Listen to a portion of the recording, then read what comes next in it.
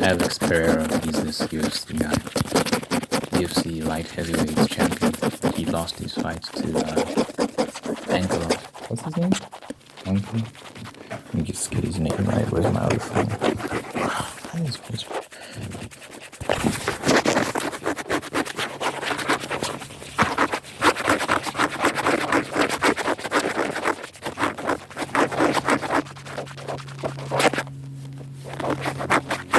Magomed Ankle.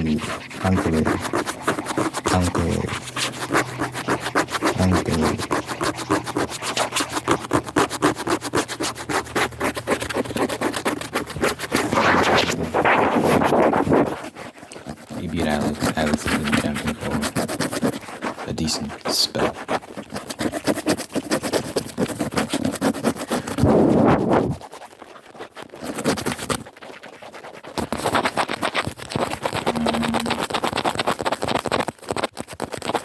I mean, Izzy was champion for longer. People gonna still hate on Izzy anyway because people just haters. But I feel like Izzy had a better run, to be honest. And Izzy also beat Alex when a lot of people couldn't beat Alex. Izzy did. But there's a life lesson in this whole MMA UFC thing because all these champions at some point, most of them take fat L's. They get beat. And there's a life lesson.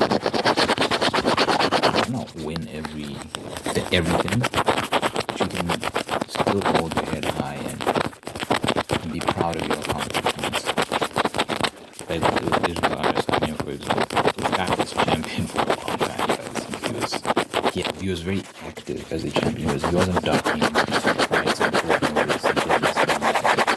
It was a long stretch of time where he was very, very active, just fighting people, defending his title.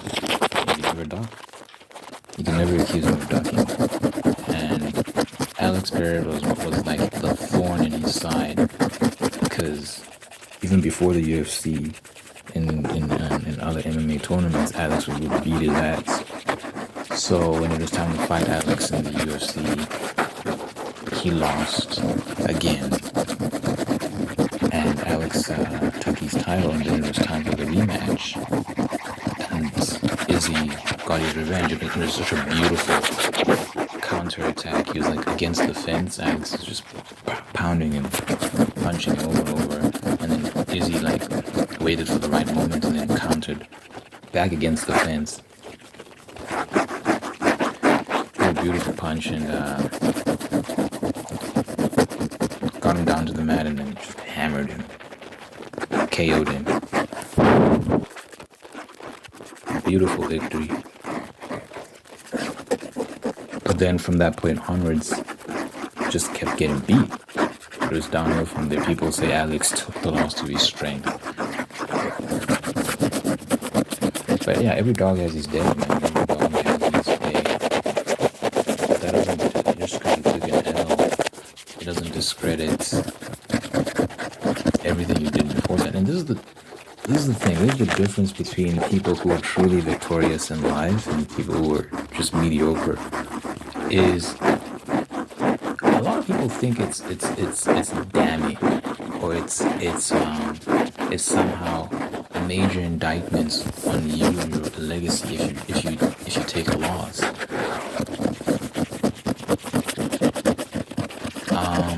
It's not though. It's like everyone loses in life. If you're not losing in sports, you're losing behind the scenes.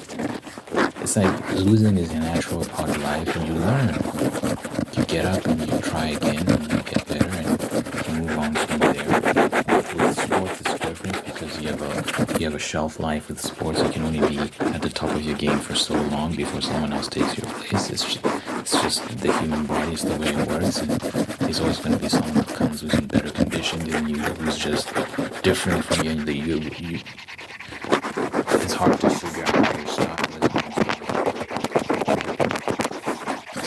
to counter your strengths. It is what it is, but in life in general, everyone takes losses, but it's all about how you learn. So the people that laugh at someone when someone loses or experiences some sort of mishap, they would never dare to try and achieve the sort of things the person they're laughing at is achieved, They wouldn't do it. They're so afraid of losing in public that it's easier to just laugh at someone from the sidelines, It's easier to make fun of someone when you yourself are worthy of talking about. It's very easy. So I respect it, man. I respect anyone who puts it on the line and is willing to risk it all. Especially like these combat fighters. You can really damage yourself irreparably. It's very risky. These are like very dangerous guys, especially like at the heavyweight division. Light heavyweight and heavyweight. These are big guys. 6'3", 6'4". Pure muscle. Getting punched by a man like that is unlike anything else. I can't imagine. I'm pretty sure like just a straight punch from Alex or Izzy could kill me. or do some permanent brain damage. They punch me all the time. Lord help me. So when these guys are constantly going into the octagon with guys like that, you have to respect it, man. Putting a lot on the line.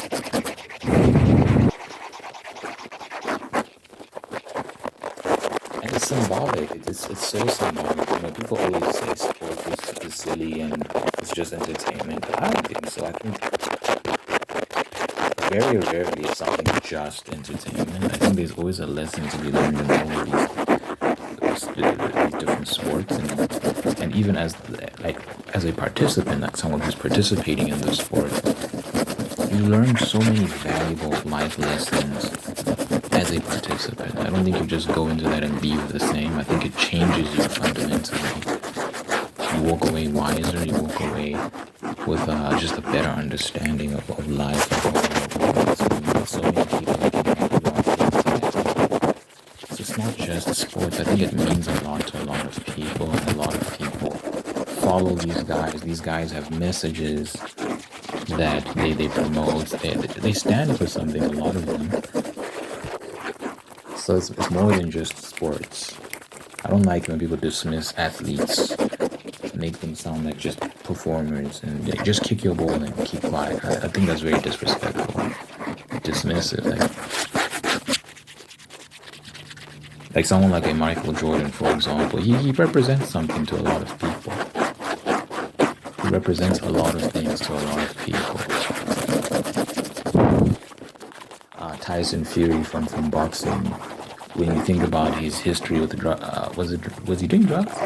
I don't know if he was doing drugs, but he had like it was depression. He struggled with depression a lot, and he was very suicidal. And he had issues with drinking and all these sort of things. He overcame all of that through boxing. Boxing like saved his life, and God, he's a very devout Christian, and he shares all of this, and he shares his journey. Do you know how many people he's helped when it comes to the mental health stuff, and also when it comes to promoting his faith and letting people know that Jesus Christ can help you through mental health struggles and all these sort of things. So he's not just an athlete. He's way more than just an athlete, especially in the community he lives and the people he helps there and stuff like that. So more than just a guy that throws punches in the ring, in the boxing ring. He represents way more than that. Even Anthony Joshua, you say what you want about him, he was champion for a long, long time. He beat a lot of people. And he never ducked. He fought everybody. And that in itself is a lesson. There's a lesson there. Don't be afraid to take it down. People don't laugh at you. People can say this, can say that, keep going. And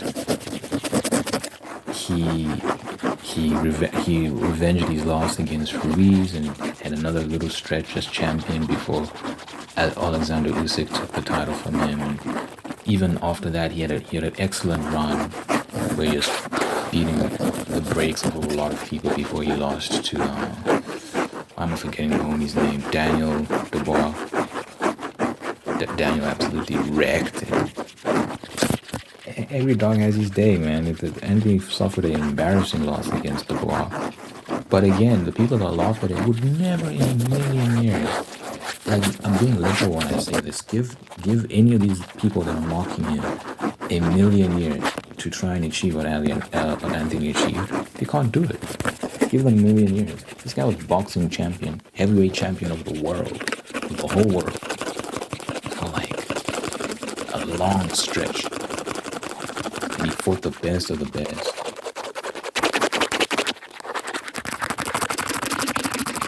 And his name will forever be written down in the annals of boxing. He's a legend. So, and he's still holding his head high. He doesn't shrink away when he loses. He's out and about doing like fundraising programs for children, all this sort of stuff, helping people in his community. I think he's a nice guy. I never understood why people don't like him. He had that one moment when he lost to Alexander Usyk where he was lashing out in the ring. Not his best moment, but at the same time, it's not like people act like he killed someone or something. He just had a little tantrum in the ring, and even then, I don't think it was that deep. No one got hurt. He didn't assault anyone. He was upset because he lost, because he put so much into trying to win the rematch, and he came so close. He lost by split decision, and he nearly had Usyk towards the middle of the fight, but Usyk just summoned this inner strength and ended up winning that fight. But Anthony came so close. He really wanted to win. So when he lost, his emotions spilled over and he had a tantrum in the ring. People always held that against him. Because I think the reaction to that moment, it was unfounded. You'd think he had done something unforgivable. Like when he just had like a little emotional moment in the ring. But I think the reason why people had that reaction, they were looking for something to hold against him. Like something, because, he always conducts himself very respectfully. He's very cordial, very measured. So that was one moment when he was just like, he actually showed like some raw emotion, raw character, and I think people said finally we have a moment, and they always held that against him, which I felt like that was so unfair. It wasn't that deep. There are people out here beating their wives and like athletes and all sorts of public scandals, and people let that slide. Anthony has a moment in the ring where he wasn't even directing his anger towards anyone in particular. He's just having an outburst. And yeah, anyway, we can go on about that.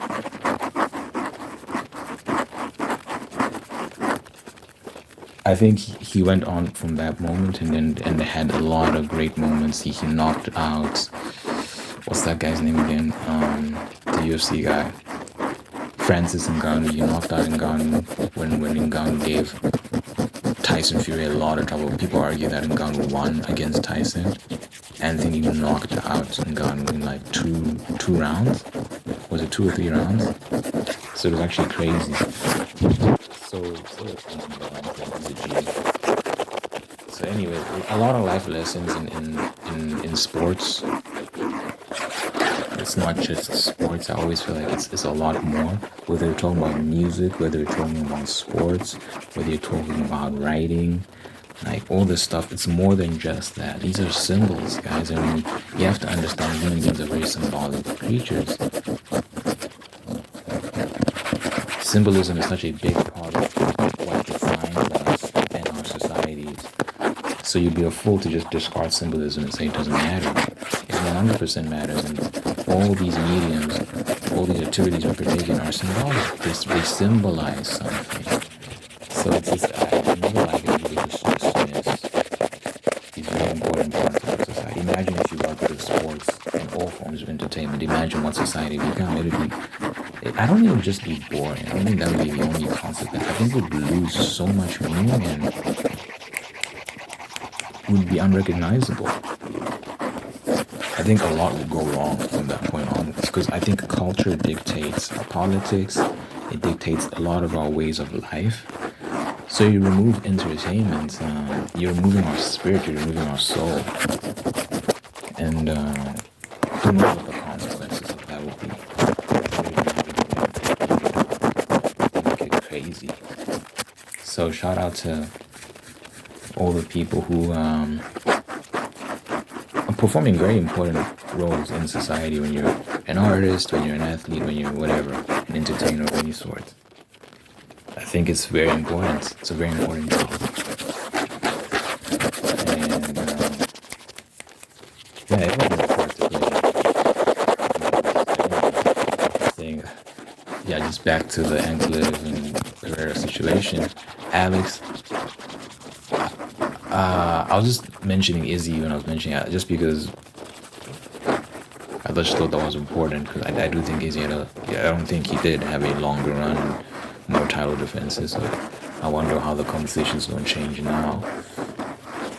But you'll see if it changes at all. But shout out to Pereira as well. He had a long run as well. Well, I don't know if it was that long, but it was a good one. It was a good one. He made an impact, and I think a lot of people respect him. I respect him. I think he's great. But yeah, every dog has his day, man. At some point, someone comes along.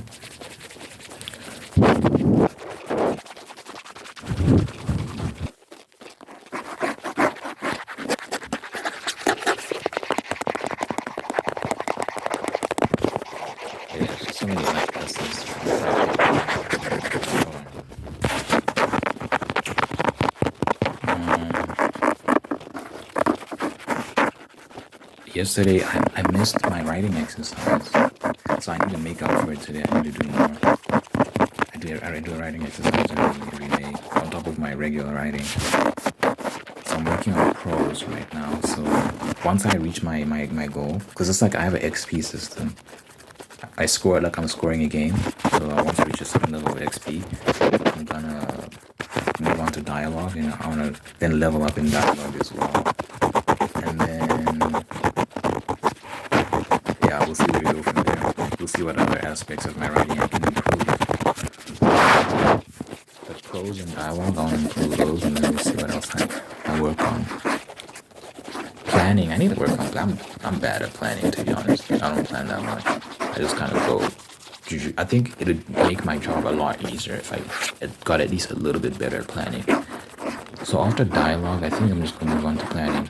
That'll help me with my next book, especially. I think it'll make my next book a lot easier and faster to write. But yeah, I'll do a bunch of drills today,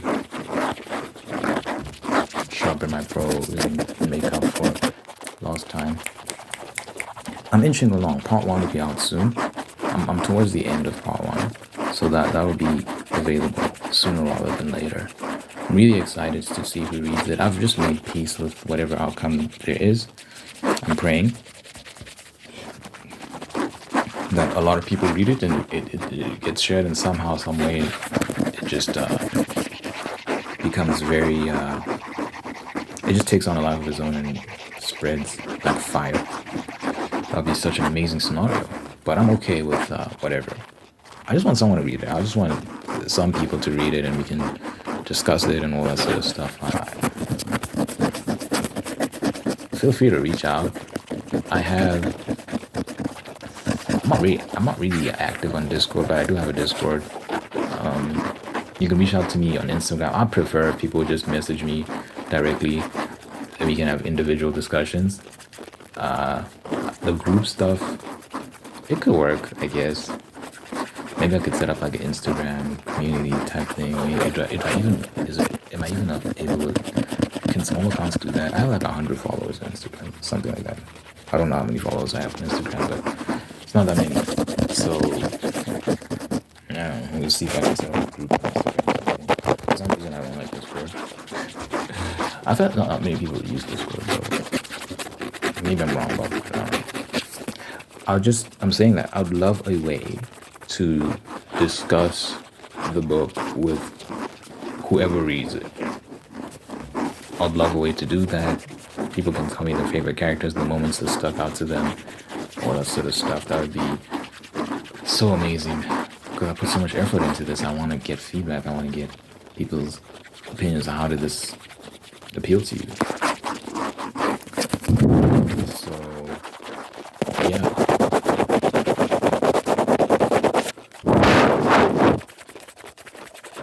I'm gonna try to set that up. I'm so serious about that. I'd love if some people can participate in that when the time comes, when the book is out. I really want to have conversations about that. So I'll see.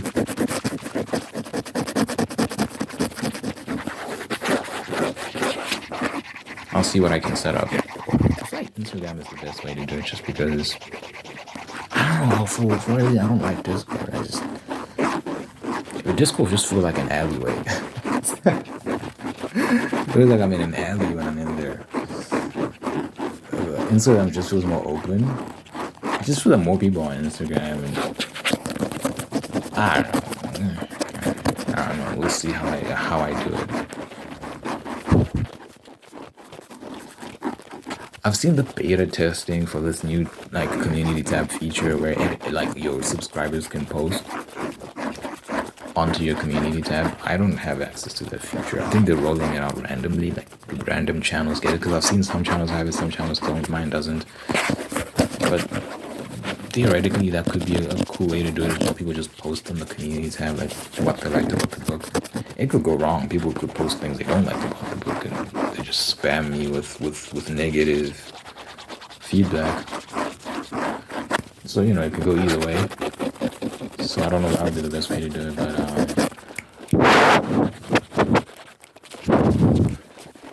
we'll see. Yeah, like I said, I put a lot of work into this. I just, more than anything, I just want to discuss this. I just want people's reaction. I just want people's reaction because I spent so much time on this. So I don't want to just release it into a vacuum and I don't know how people feel about it or stuff like that. More than anything else, like, even if it's just one person I can talk to and we have a lengthy discussion about all that sort of stuff. I love wait, you know what I'm thinking about? Imagine if we had like a video call with multiple people participating and we all just talk. It was like a Q&A type thing. You can ask questions and then can I set that up? Maybe I can use Google. What is it called? Google Meets? What is that thing called? I'm actually serious. I'll put this on my community tab and see. Yeah, it's Google to see who you can call on Meet, give access to your contacts.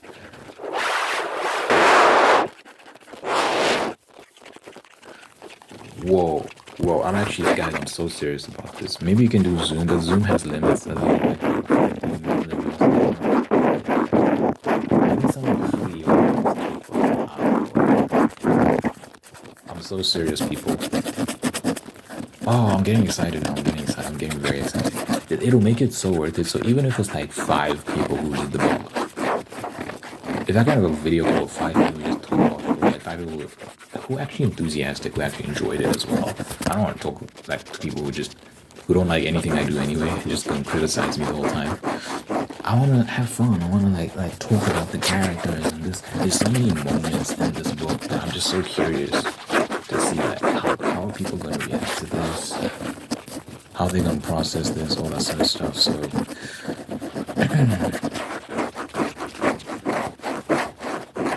oh, I'm getting so excited. So I'd love to. Oh my god, I'm getting excited. I'm getting excited. I'm getting excited. I'm getting excited. That's a great idea. It'll make it worth it. So even if like only 5 people end up buying the book and reading it, if we can have that video call, then I think that would make it so worth it. And then we can do it again when part 2 comes out, and then when part 3 comes out. Sounds like so much fun. I'm pretty sure you can do. I don't like Discord. I'll be honest. I don't know why. I don't know why.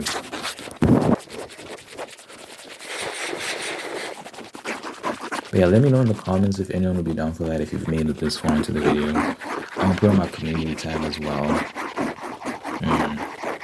Yeah, this will definitely motivate me to try and finish roster. Oof, that'd be so fun. That'd be so fun. I'm gonna post this on my community tab as soon as I'm done filming this video. It has to be a video. It can't be anything else. I'm texting group chats back, and it's so disorganized and all over the place. We need to do a video call. It has to be a video call. It has to be multiple people participating. It's tricky because of different time zones, so you have to set a time that works. Everyone just shows up. Be on time. If we do this, please be on time. Show up and participate. It'd be great. I wish YouTube had a way to, if I go live, I can include other people in my live. Just like, with Instagram, you can do that. You can have people in your live. I wish YouTube had a feature that allows you to go live with subscribers and multiple people can join the thing. Because then, like, people could watch. So, like, I could upload it on this channel and people could watch along. And that would be so cool, but unfortunately, I don't think you can do that. Someone should figure that out. Someone should make that a thing. Do you know how amazing that would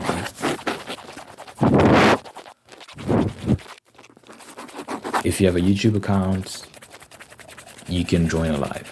You can request to join, and I can let you in. And yeah, that'd be amazing. Anyway,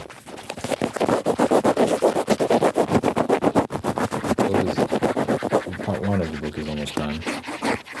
Part 1 of the story is almost done. I'm like towards the end. Still a few more chapters to write, so I have chapters that are already written, but that's like the first draft. Second draft I'm on right now. A lot of rewriting is going on, so who knows how long it'll take. Can't rush it. But anyway, once again, let me know if you'd be down for that. I am. We'll see how people respond to that. Anywho, you're not allowed to pray at the end of my video, so therefore, God, I thank you for this individual watching this right now. Thank you for making them whole, unique, and guiding them upon towards peace, prosperity, and purpose. Thank you for blessing this person with wonderful people in their life who love them, take care of them, and bring the absolute best out of them. And thank you for maintaining the ones that are there to do the same thing. Thank you for blessing this person with love and marriage, sustaining the love and marriage, and making very, very happy. Thank you for blessing this person with a spirit of gratitude so they can give thanks for all the wonderful things in life. By giving thanks, I can find peace, contentment, and attract evil blessings. Let your presence be followed by this person's last word. Know that your God, that you will, that you love them, and you're going to be there for them. Good health, long life, and happiness over this person and everyone that care about you. Man, and I pray in Jesus' name. Amen.